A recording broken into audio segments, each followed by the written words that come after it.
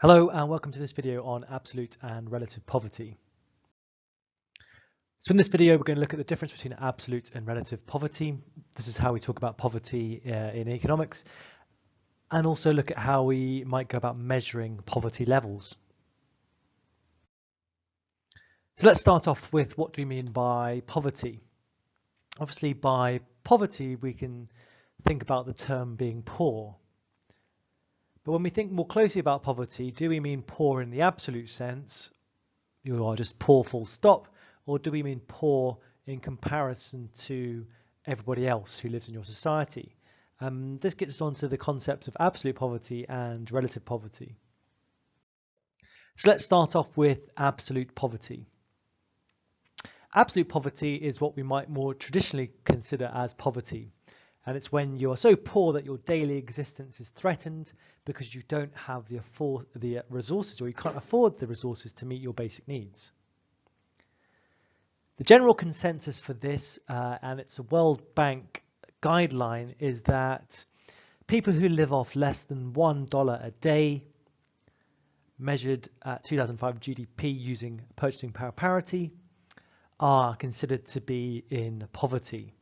Some economists argue that the poverty line should be drawn at $2 a day, but general consensus, if you earn less than $1.90 a day, you are in absolute poverty.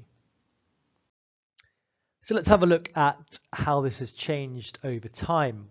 This chart here shows us the number of people alive in the world from 1 billion in 1820 up till the 7 billion figure more recently.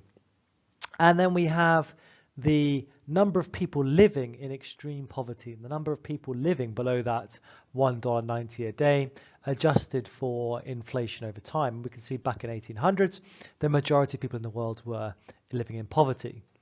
After about 1970, we see the number of people in absolute poverty starting to decline, whilst the number who live not in extreme poverty, not in absolute poverty, grows.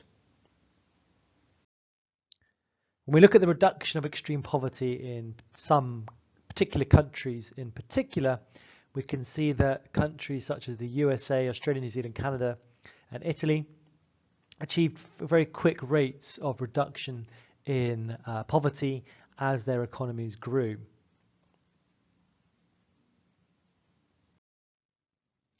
If we look more recently, this shows us the percentage of people within a country who live on below $1.90 a day. So if we start off with the kind of light yellow countries, we can see that in these countries not many people live on less than $1.90 a day. So we're talking about Europe, North America, most of South America, Russia, and even China. Very few people here living in absolute poverty. By the time we move up to the kind of red colours, then we're talking about quite a large population, over half the population living in absolute poverty. So we see here Sub-Saharan Africa, Central Africa in particular, have the highest levels of extreme poverty. Maybe India, you would notice another country that has significant poverty levels. Now let's move on to this concept of relative poverty. Relative poverty is when people are living below a certain income threshold in a particular country. So we say you're poor relative to the country that you live in. So for example, in the EU and the UK, relative poverty is said to apply to those people who live on below 60% of the average income. And here we're using the median average, i.e. the income, the middle income of the population. This measure is slightly subjective. Are these people really living in poverty? Are they really poor? If everyone gets richer, but some people get much richer, then that's going to perhaps skew our figures. Relative poverty arises from inequality in wealth and in incomes, and we might be concerned about this, economists, not because we feel that their basic survival is threatened, but maybe to do with issues of fairness and whether an equal distribution of income is desirable. So let's have a look at how we measure relative poverty. And don't worry, if this image here is slightly blurry, you haven't been drinking. It's just a slightly blurry image, so I apologize for that. Okay, here we have the distribution of income throughout the population. So on the bottom here, we have income, essentially. So how much income you earn per week. So you earn 0 per week up until 1,000, and this is in tens of pounds per week. So £10,000 per week at this end, nothing at this end. And then on this axis, we have the number of people that applies to. So from 0 to 1.6 million. So for example, at this very rich end here, the number of people who earn up £10,000 per week is just under 200,000 people. So effectively, we've got everyone in the country ranked from the poorest down at this end, and we can see how many of them there are, all the way up to the wealthiest at this end. We can see how many of them they are. Now, the median income, which is important for relative poverty, is the income that comes in the middle here. So if we have 50% of the population to the left and 50% of the population to the right at this point here. So the median income here is telling us it's £473 per week. So let's draw a line down at this point. So this is the median income here, £473 per week. Now to find out those in relative poverty, we take 60% of that figure. And 60% of that figure is £284 per week. So let's draw a line up from £284 per week. And we would say that if you learn less than that, then you are in relative poverty. You are earning less than 60% of the median income. So if we were to count all the people down here, all these people who are earning less than 60% of the median income, and work out how many of that people is as a percentage of the population, then that is the number that we would say is the number of people living in relative poverty in the UK. So when we actually look at the figures, how many or what percentage of the population is that? Well, in the UK, it is fairly stable at around 20–25% of the population.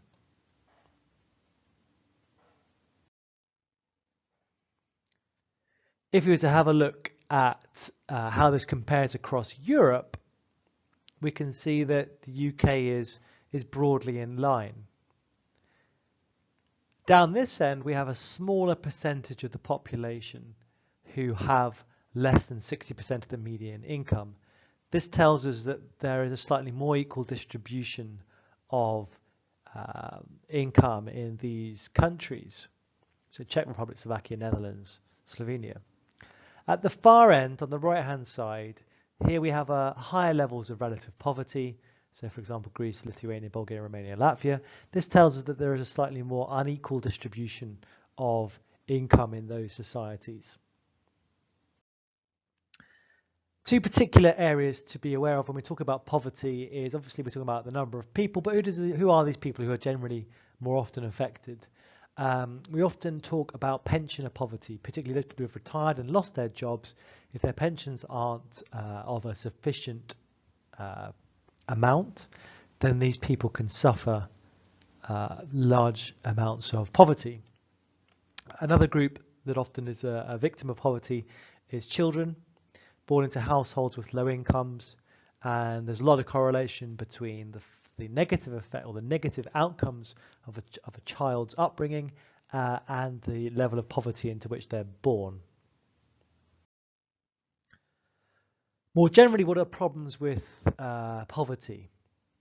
Well, as we know, markets work well when we have things like the rationing mechanism, the signaling mechanism.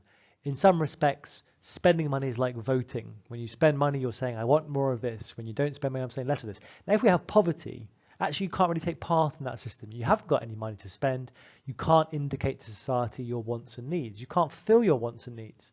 So perhaps markets break down and the market mechanism doesn't work very well when we have very poor people. A second point here, poverty threatens the social cohesion of a country. There is potentially the risk of civil unrest as those without any money, any resources, question whether this is fair and maybe try some sort of revolt or disrupt the country. Often poverty has been associated with becoming dependent on the welfare state. I need the state to survive. I can't really fend for myself. And also crime. There's a link between poverty and crime levels. Poverty damages incentives, so there's a loss of long-run potential output for the country. There is no incentive for economic growth. There's no drivers for economic growth here. We have low levels of consumption, perhaps from certain members of society. It can do long-term damage to my educational attainment because I can't afford to go to university, or I can't afford to buy textbooks or school uniforms, and so therefore the economy misses out on potential skilled workers. Lastly, I just question whether in the 21st century, in a civilized society, is poverty ethical? So what might change the rates of absolute and relative poverty? Well, obviously the rate of economic growth and GDP per capita will be crucial in alleviating absolute poverty, but perhaps not relative poverty. Again, economic development, how developed the economy is. FDI, again, there's been lots of evidence to suggest that positive FDI flows can reduce absolute poverty. Policies that increase trade, again, can reduce absolute poverty. In terms of relative poverty, obviously, the government tax system will have a big effect. If it's a regressive tax system, then this may increase relative poverty, whereas if it's a progressive tax system, it might reduce relative poverty. And again, changes in asset prices. Rises in asset prices tend to reduce absolute poverty, but rising asset prices tend to increase relative poverty as the asset-owning people in society see their wealth grow, whilst those who don't own assets but perhaps rent them see their wealth fall or incomes fall. So another way to look at this area of poverty and development is to consider something called the Brandt line. And this was introduced by the economist Willy Brandt in the 70s to illustrate rich and poor countries of the world. So generally the most economically developed countries are the middle income countries in the northern hemisphere, and the lower income countries, the developing countries in the southern hemisphere. There are of course exceptions such as Australia and New Zealand. And the Brandt line is an imaginary division that's provided a rough way of dividing all of the countries in the world to the rich north and the poor south. So here would be an example. We can see a line that goes broadly through above Mexico and then across around the Caribbean. It just quickly loops in South Africa before going across the north of Africa, round Asia, and then looping in again to include Australia and New Zealand. So what we have here is the rich north in the blue and generally speaking the poorer south in the red. Another example here with a little bit less looping for South Africa makes quite a nice comparison here where we have the rich north and the poor south, and we'd expect to see greater levels of absolute poverty in the poor south and less developed economies. Finally, some other ways in which we might measure development: the Human Development Index, the Inequality Adjusted Human Development Index, which is where we remove the impact of the distribution of it, or includes, the impact of the distribution of income, whereas the human development is just GNI per capita. Here we make an adjustment looking at the distribution of income as well to get perhaps a better picture of the HDI. And then the multidimensional poverty index, which takes into account a range of different factors to assess levels of poverty within a country. So in this video we've looked at poverty, the two different types, absolute and relative, and how we might go about measuring them, and we've also finished off by talking about measures of development. That's it. Thanks very much for listening.